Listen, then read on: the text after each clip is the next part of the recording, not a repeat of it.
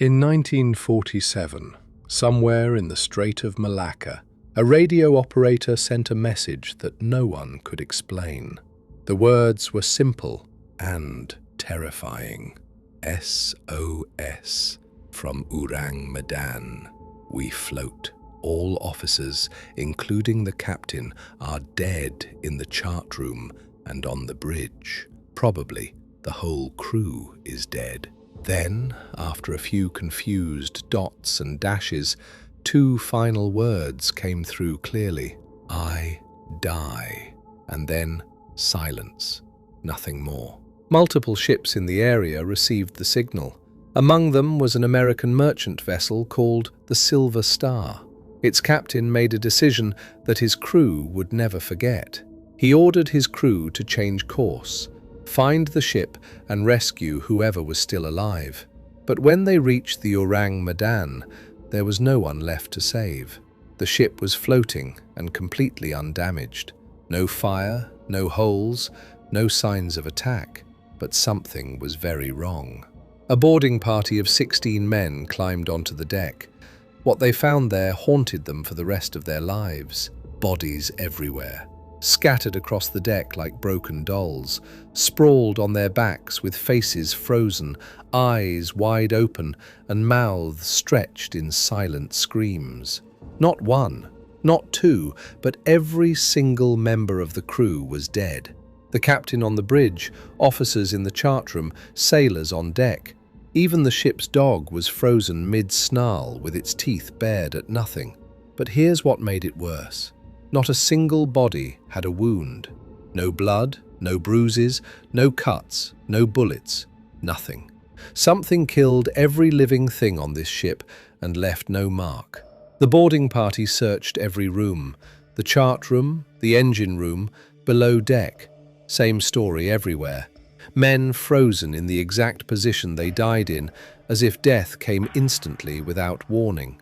One of the Silver Star's officers later recalled their faces resembled horrible caricatures, mouths gaping and eyes staring, frozen as if they saw something no living person should ever see. The Silver Star captain made a decision: tow the ship back to port and let investigators figure out what happened. But the Ourang Medan had other plans. Just as the tow lines were secured, smoke began rising from below deck, thick and black, coming from cargo hold number 4. The boarding party barely made it off alive. They cut the tow lines and rowed back to the Silver Star as fast as they could. And then the Ourang Medan exploded. The ship sank within minutes, straight to the bottom, taking every body, every clue, and every answer with it. The oceans swallowed the truth and never gave it back. Now, this is where most people stop the story. Ship found, crew dead, ship explodes, mystery forever. But that's not where this story ends. 10 days after the explosion, a lifeboat washed ashore on Taongi Atoll in the Marshall Islands. Inside were 6 dead men and 1 barely alive. His name was Jerry Rabbit. He claimed to be the second officer of the Ourang Medan, and before he died, he told a story that changed everything. He said he was recruited in Shanghai. No background checks, no questions asked. He thought it was just another cargo job. He was wrong. After leaving Shanghai, the ship stopped at several small Chinese ports. 15,000 crates were loaded on board. No labels, no manifests, no questions allowed. That's when Rabbit knew. This wasn't a cargo job. This was a smuggling operation. And whatever was inside those crates, someone was willing to kill to keep it secret. Days into the voyage, crew members started complaining. Stomach cramps, headaches, fatigue. Rabbit reported it to the captain. The captain told him to mind his own business. Then, the first man died. The captain recorded it as a heart attack, but Rabbit didn't believe it. A healthy 30-year-old sailor doesn't just drop dead. So Rabbit did something dangerous.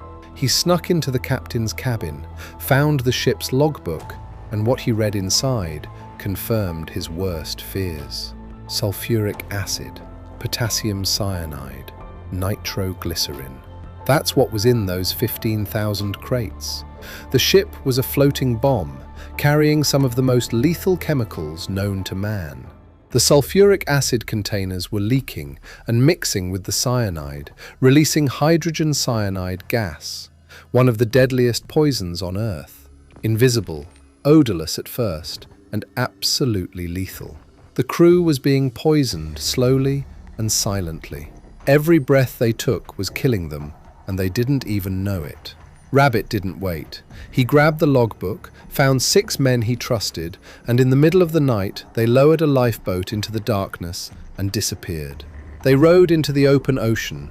No compass, no supplies, just 7 men in a wooden boat running from a ship of death. 10 days they drifted under the burning sun. No food, no water. One by one, his 6 companions died beside him. Rabbit alone survived. When the missionary found him on Taongi Atoll, Rabbit was barely breathing, but he had just enough strength to tell his story. Then he died. Now, if this story is true, it answers everything. The leaking chemicals killed the crew. The expressions of horror, cyanide poisoning causes convulsions and muscles freeze in twisted positions. The explosion? Nitroglycerin and seawater, a chemical time bomb. But here's the problem. There's another theory, one that's darker and possibly classified. During World War II, Japan's Unit 731 developed some of the most horrifying chemical and biological weapons ever created. When the war ended, those weapons didn't just disappear. Some researchers believe the Ourang Medan was secretly transporting captured Japanese nerve agents either to the US military or to a disposal site in the Pacific. Off the books, with no records and no paper trail. If that's true, it explains why no record of the ship exists. It explains why no investigation was ever conducted. And it explains why certain governments would want this story to remain exactly that, a story. But there's a third possibility, and honestly, it might be the most disturbing one of all. What if the SS Ourang Medan never existed at all? No ship registration, no Lloyd's record, no harbour logs, no wreckage ever found. What if someone invented this entire story and planted it in newspapers across the world? Every version of the story traces back to one man, an Italian journalist named Silvio Shirley from Trieste. He's the one who first told the tale. He's the one who claimed to have met the missionary. And after publishing it, he vanished from public record. So which is it? A chemical smuggling disaster? A government cover-up of Japanese weapons? Or the greatest ghost ship hoax ever told? Here's the truth. We don't know. And we probably never will. Because the only evidence sank to the bottom of the Strait of Malacca. The only survivor died on a beach. The only logbook disappeared. And the only journalist who started it all was never heard from again. The ocean keeps its secrets well. And whatever killed every single person on the SS Ourang Medan, whatever made them scream with no wounds on their bodies, is still down there, waiting in the dark.